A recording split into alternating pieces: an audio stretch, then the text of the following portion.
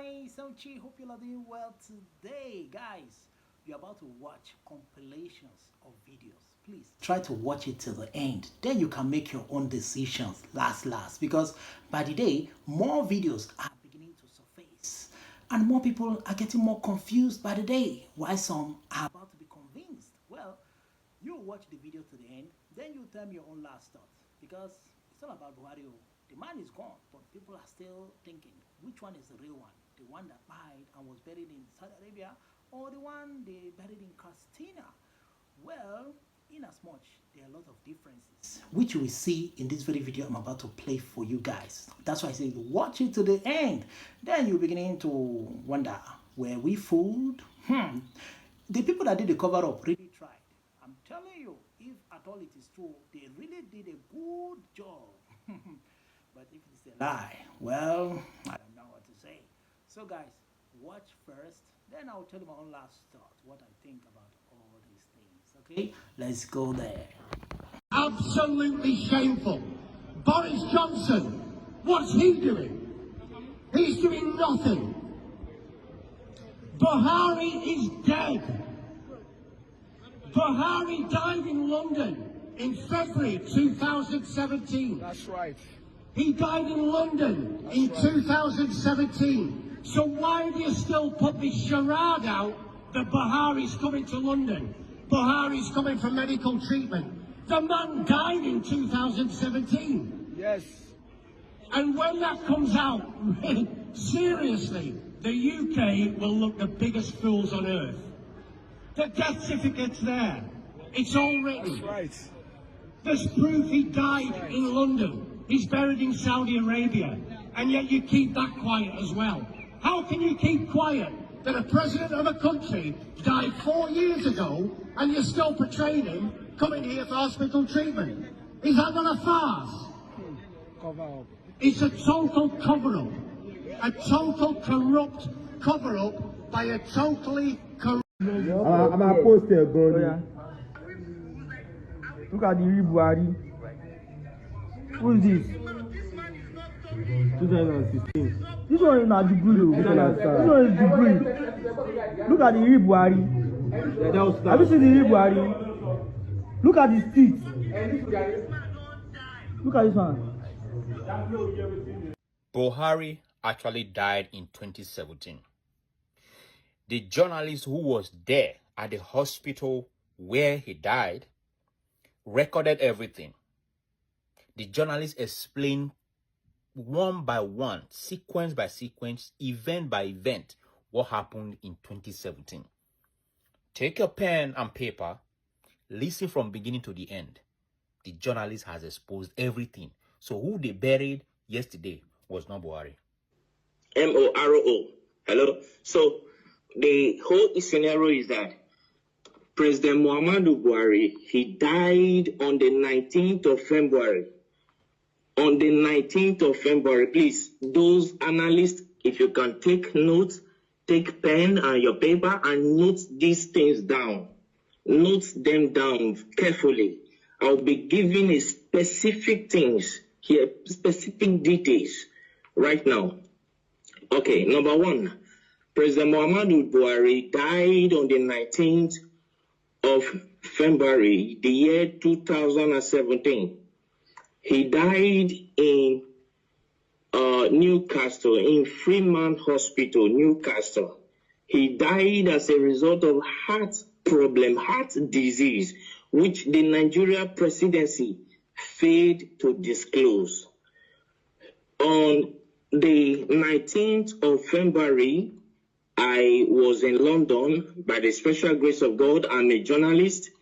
I work with one of the Nigeria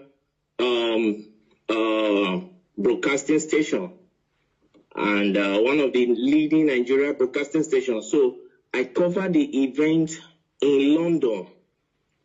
He died in Freeman Hospital, Newcastle. I was there. I covered the event.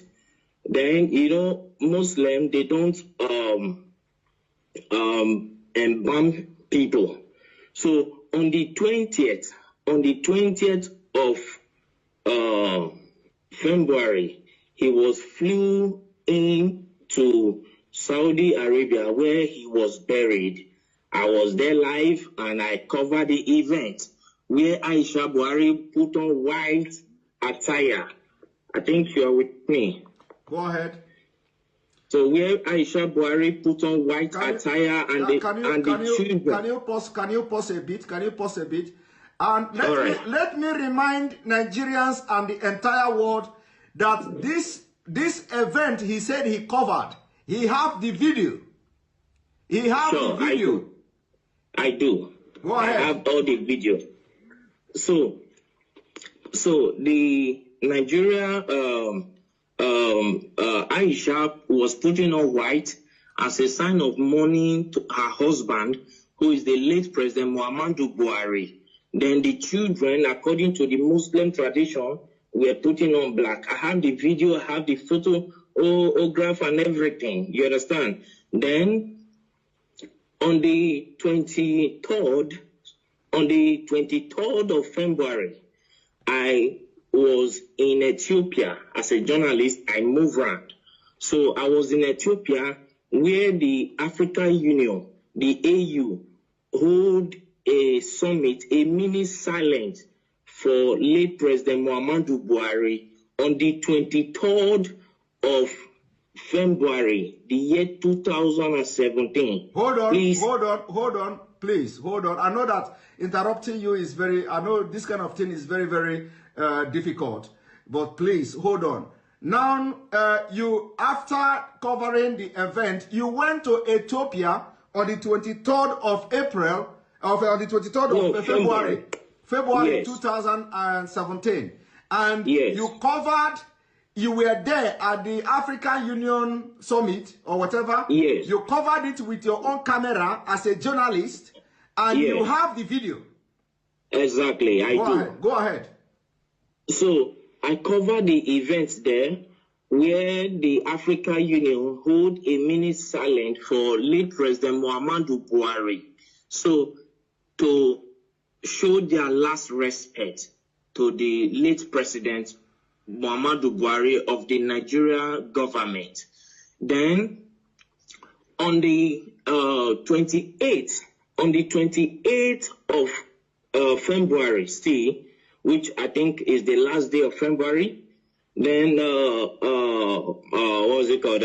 Queen Elizabeth gave a condolence statement to the Nigeria government in respect of late President Muhammadu Buhari, and which went viral.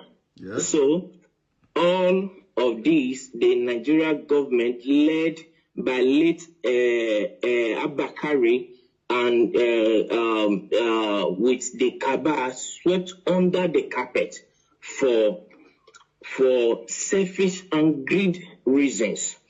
Then on the 2nd of March, Eric Joyce, the ex-British lawmaker, he issued a statement, a condolence statement to Nigeria for the loss of her president. Are you with me, sir? Yes. Then they swept it under carpet, and the man got angry and came out to say that President Muhammadu Buhari is dead.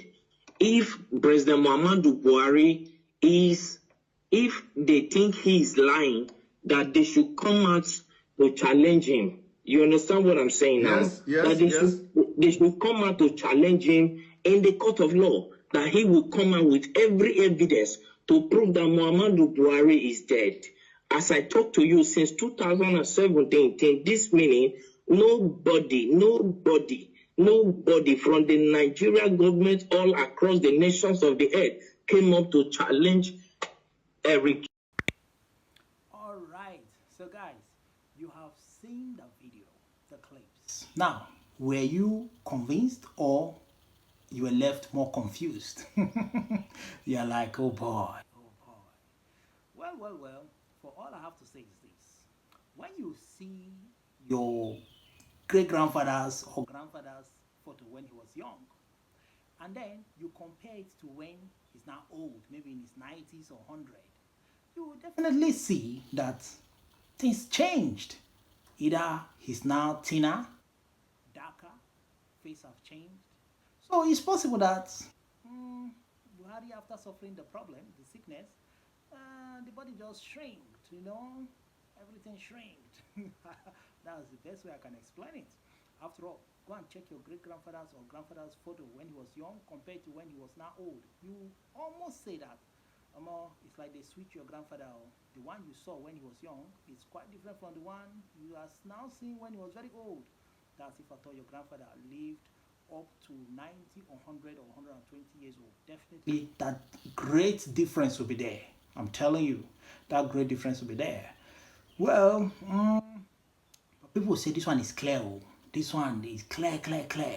Well, that's all I have to say. So when you do the comparison, come and tell me whether your grandfather or your great-grandfather you saw in his 90s or 100 years old is the same with the one you saw when he was very young, maybe in his 30s, 20s, 40s, and 50s. Okay, sickness can make people change completely. I'm telling you, sickness, it's not good. It's not good.